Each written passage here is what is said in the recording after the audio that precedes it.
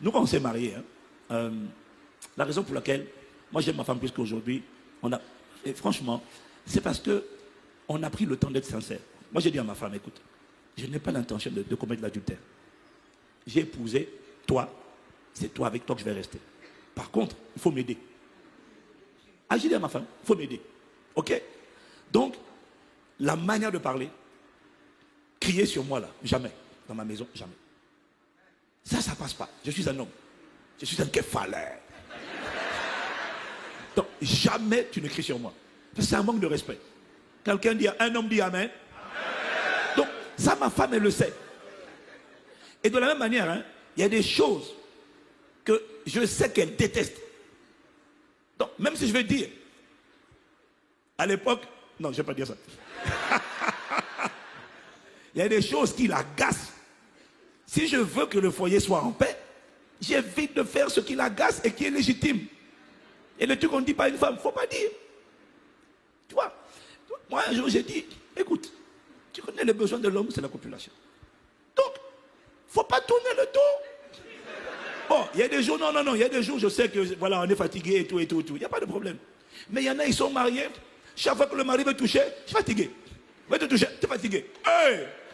Ma soeur, tu n'as pas dit ça avant le mariage. Hein? Donc pendant un mois, tu es fatigué. Ah non. C'est comment? Bon, si tu es malade, allons, on va soigner. Mais si tu n'es pas malade, c'est pas normal. Parce que ton corps n'est pas à toi. Dans le mariage, ton corps ne t'appartient pas, il appartient à ton conjoint. Et vice-versa. Vous comprenez? Donc, ces choses-là, parce que la plupart des couples mariés, vous là, célibataires, bouchez les oreilles. Mais la plupart du temps, dans les couples, hein, la plupart du temps, c'est l'homme qui demande. La femme demande très peu. Mais ça aussi, c'est parce que, là, on ne va pas parler de ça aujourd'hui. On comptait faire un truc avec les couples. C'est parce que les hommes aussi ne comprennent pas pourquoi la femme n'est pas enthousiaste. Parce que là, on manque une sagesse, là, chez les hommes. Tu vois, ils fonctionnent comme des micro-ondes. Et puis, ils ne comprennent pas que... Ils ne comprennent pas qu'il ne faut pas aller trop vite, mon type. Pardon, excusez-moi.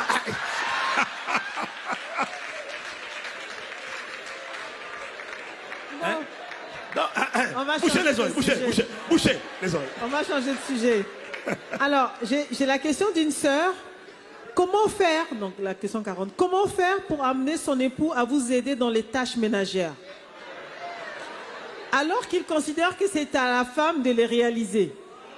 Est-ce que c'est anormal de vouloir de l'aide de son époux sur ce plan? Ah, alors que vous êtes 2 à 2 dans la maison, sans femme de ménage et tous les deux vous travaillez. Mon mari laisse traîner les affaires un peu partout. Et quand je lui fais la remarque, ben, il ne s'améliore pas.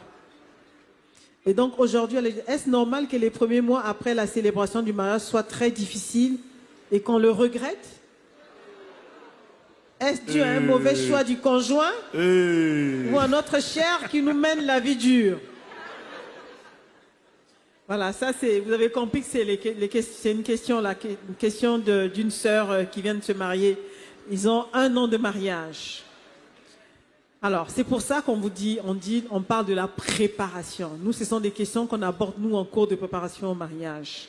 On parle du rôle de la femme, du rôle de l'homme, l'univers de la femme, l'univers de l'homme, et ainsi de suite. Donc là, je ne sais pas si je vais... C'est un peu long, mais ce qui est sûr, c'est qu'effectivement, il y a des choses qui sont de la responsabilité de la femme. Il y a des choses qui sont de la responsabilité de la femme. Qu'est-ce que cela veut dire? Ça veut dire qu'en fait, c'est à la femme de s'organiser pour que les choses fonctionnent. Certaines choses, notamment le fait de tenir une maison, c'est de la responsabilité. Et que nous, les femmes, le premier rôle que le Seigneur nous a donné, c'est le rôle d'aide. Donc, tu ne vas pas demander à ton mari de t'aider alors que toi, tu es censé être l'aide. Le mari, lui, également, il a sa responsabilité. Il a également son rôle à jouer. Voilà.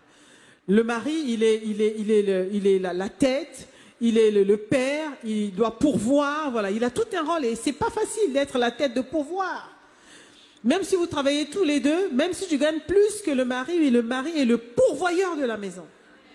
Et le fait d'être pourvoyeur, ce n'est pas uniquement d'une manière de juste sur comment on l'appelle, sur le plan financier, mais c'est le pourvoir au foyer. Donc pourvoir en termes de sécurité, le fait de pouvoir sécuriser son foyer, le fait effectivement de prendre soin de sa femme, c'est quand même une grande responsabilité. Alors là où le mari, tous les deux vous travaillez, c'est vrai, mais dès lors que les tâches ménagères, c'est quand même de ta responsabilité, femme, sœur, tu dois t'organiser. Si vous travaillez tous les deux, vous pouvez, comme tu dis, essayer de trouver un moyen, peut-être faire passer une femme de ménage 1 fois par semaine ou 2 fois par semaine. Mais tu ne dois pas t'appuyer sur ton mari et sur ces tâches-là. S'il veut le faire, si naturellement il aime le faire, il faut rendre grâce à Dieu.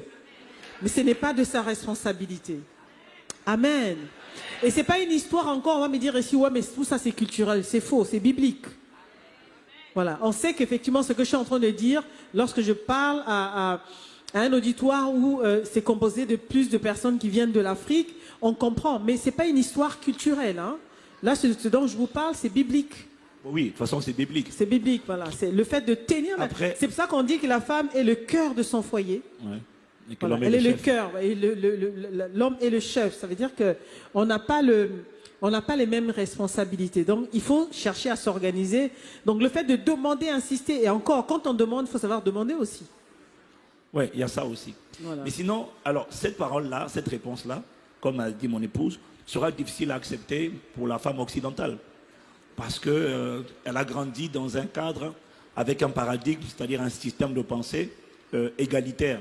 Sachant que ce dont on parle là, ce n'est pas un problème d'inégalité. C'est quand même un fondement biblique.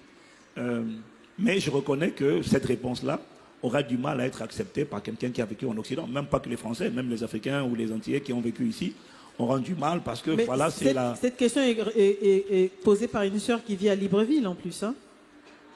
Ah oui, bon, c'est une Africaine qui pose. On va éviter d'accepter les pays. Non, mais elle l'a dit, hein, donc moi je voilà. fais que répéter. Mais ça n'empêche pas qu'elle ait peut-être vécu voilà, dans un contexte occidental. Mais il n'empêche que, bon, comme dit mon épouse, hein, ça c'est femme qui répond, hein, il y a quand même une notion de responsabilité. Maintenant, moi je dis aussi que le frère doit aussi faire preuve de sagesse. Et qu'il doit quand même apprendre, laisser ses affaires partout. Bon, là, on a un problème de tempérament déjà. Ça veut dire qu'il y en a un qui est assez bordélique, et puis elle est plutôt rangée. Bon, ça, c'est des différences de tempérament. C'est des différences de tempérament.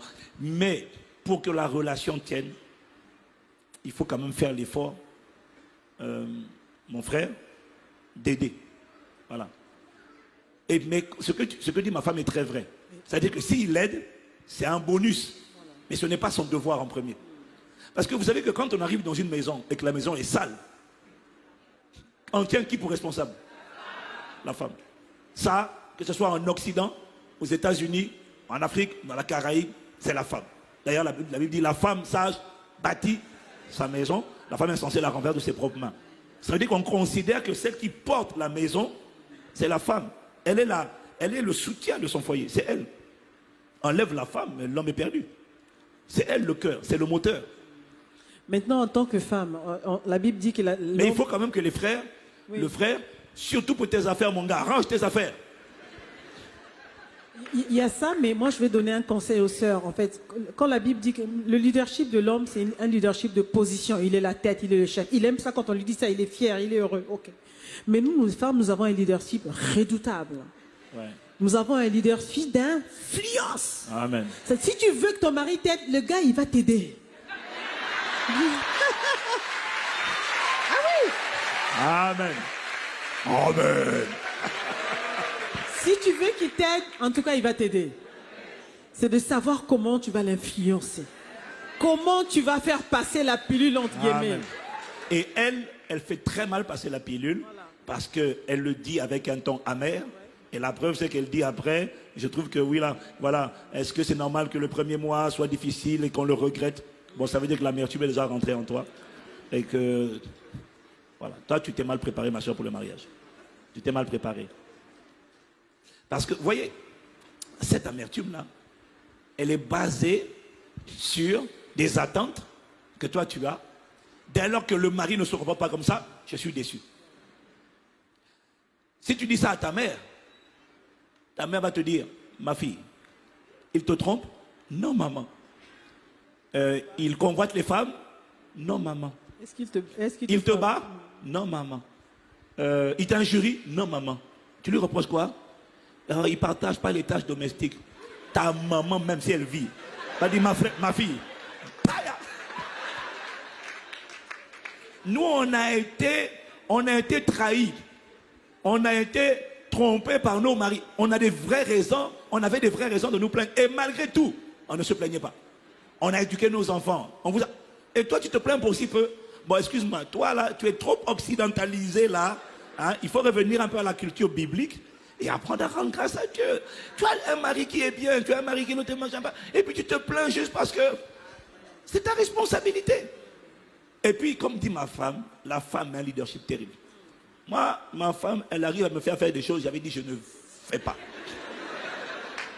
Mais avec un homme, il ne faut jamais venir avec les muscles. Il ne faut jamais venir avec la confrontation. Parce que c'est le chef. Même quand il a l'air introverti et tout ça là, je te dis que le gars, c'est un chef. Même quand il ne parle pas, c'est le chef. Il faut une sagesse pour parler au chef. Donc, va le dire comment s'est comporté Abigail. Il faut la sagesse. Donc, ma femme a une manière. C'est pour ça que maintenant, tout ce qu'elle veut là, je dis, bon, j'ai même envie de lui faire plaisir. Parce qu'elle sait parler, elle a la sagesse. Elle ne va pas me braver.